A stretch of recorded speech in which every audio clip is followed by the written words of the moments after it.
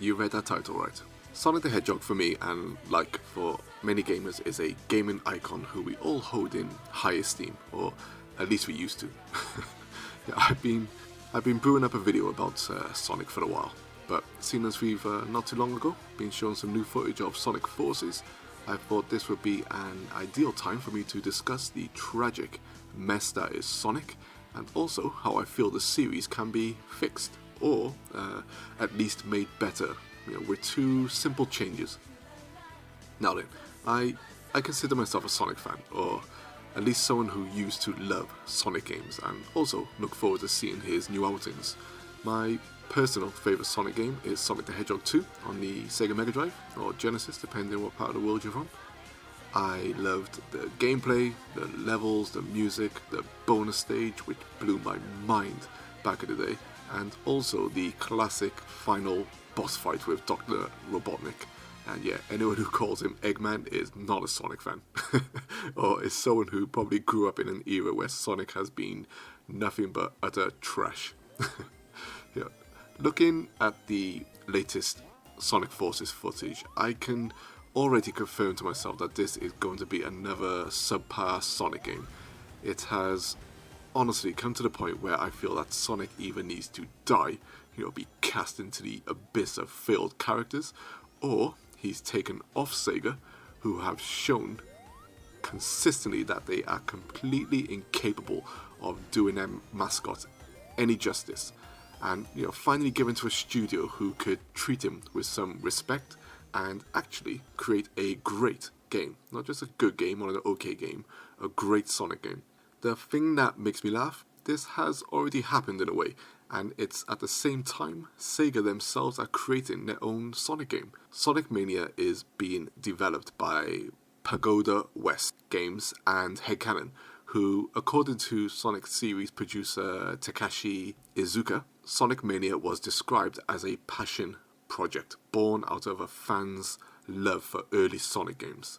If you ask me, they just wanted to make a good Sonic game again. These independent developers, they just wanted to make a good Sonic game again, which meant going back to the beginning.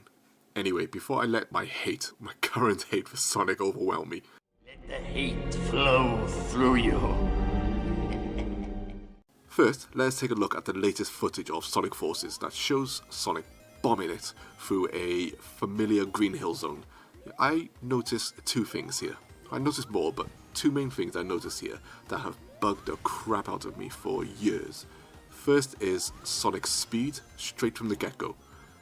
Somewhere along the lines, for obvious reasons, Sonic's speed became his standout attribute. Like I said, this is obvious, right? It's Sonic the frickin' Hedgehog, the blue blur, but Sonic, as I point out in this title of this video, was never actually that fast himself. Sure he was fast, but not that fast. His base speed in the original games was quite a steady pace, never really going too fast for the player to not react to what's ahead of them.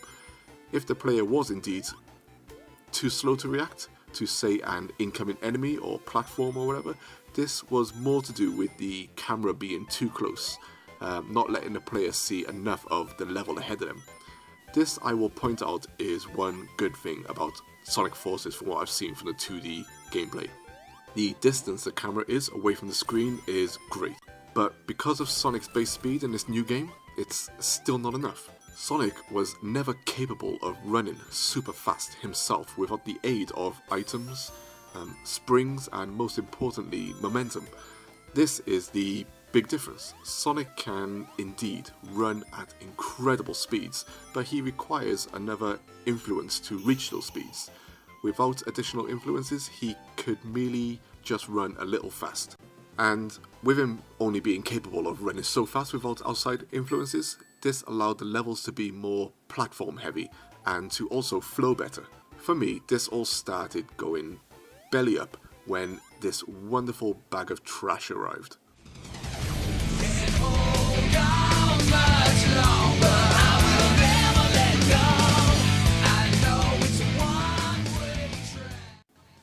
I I was working in a video game shop when the Dreamcast released, the Sega Dreamcast. Hell, I even skipped a day off college to work for this console launch. Seeing the FMV intro to, I say FMV, that's an old term there, isn't it? Seeing the CGI intro to Sonic Adventure just blew my mind. It got me hyped for the first true Sonic game in 3D, even though I played him in 3D on the Sega Saturn in a little cameo appearance in Christmas Nights into Dreams, which was the first time Sonic had been playable in 3D, by the way, at least to my knowledge, as well as other times such as the 3D area in Sonic Jam. Actually, I played that quite a lot. I really enjoyed Sonic Jam, and a 3D area where you could just run around and go into all the little museums to see the histories of Sonic, etc. It was a fun little side game, and of course there was the legend that is Sonic R. Can you feel the sunshine? Does it brighten up? Oh my god, my voice. But even in those games, Sonic's base speed was not that fast. Blame the hardware, the early 3D technology, whatever. The point is you could actually control Sonic, at least for what those games were. Actually, we won't talk about the controls of Sonic R. Jump to Sonic Adventure, and Sonic's base speed suddenly accelerates far faster than before, and he also runs much faster than he ever did before, just his base speed. Of course we all want Sonic to go fast, but the outcome of this made it very, very difficult to control Sonic, as well as changed his levels into more tunnel speedruns than platforming stages with the, say, odd speedrun. This has always proved a nightmare for modern 3D Sonic games. Like I said, especially the 3D games, it's always proved a nightmare now because they made him go so fast. So, here's my ideas for a fix. Slow Sonic's base speed back down to where the original game was. It's something that they're doing in Sonic Mania if you look closely enough. When Sonic first starts running, he starts off quite slow and then builds a speed, and then his fixed base speed is quite steady, it's not too fast. Make his standard run slow enough, yet fast enough for you to control him and be able to react to what's ahead, just like the very first game as I mentioned. I want Sonic to be a platform game again, not just an endless runner. And being able to react to what comes ahead is my second idea on how to help a Sonic title in both 2D and 3D. One thing I always done in Sonic games, for the most part, was run into enemies. This was naturally because Sonic was either going too fast, the enemies were badly or cruelly placed, or as I mentioned earlier, the camera was too close to the character for you to see enough of the level ahead of you. Has anyone played Pac-Man Championship Edition DX? If not, then you should. Pac-Man, like Sonic, has never found his footing in 3D, and quickly became a relic icon of the past. But Namco went back to the start and created Pac-Man DX, a fast, neon-lit stunner of an arcade game that I found to be utterly addictive. In the game, the further you go, the faster the game gets, to the point where you have to really plan ahead your next move. But at the same time, there are countless numbers of ghosts chasing you and crossing your paths. This is where Namco added a very sweet little game mechanic.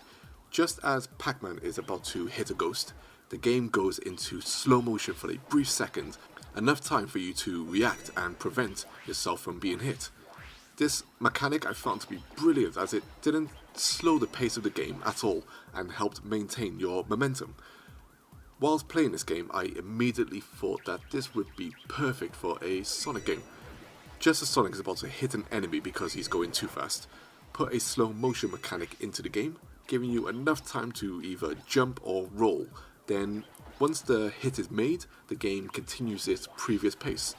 In my mind, I feel that this would work perfectly for Sonic games. Naturally, the current list of other things that are broken with modern Sonic games, like the momentum, the physics, the levels, the controls, the characters, the aesthetics, the gameplay, the music, just to name a few, are things that just need to be looked at by Sega.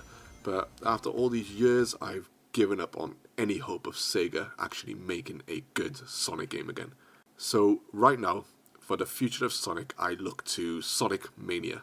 which, like Pac-Man, has gone back to its roots in order to find its feet and hopefully move forwards from there to a brighter future, because that's what we all want for Sonic, right? A brighter future. Anyway, hope you enjoy my thoughts on Sonic the Hedgehog, and I'd love to hear your own, of course. Do you agree with my ideas or disagree, or perhaps you have some of your own? What's your favorite Sonic game? Or where did the series start going downhill for you? Hell, the series might never have gone downhill for you at all, Let me know your thoughts. As always, thanks for watching. Peace.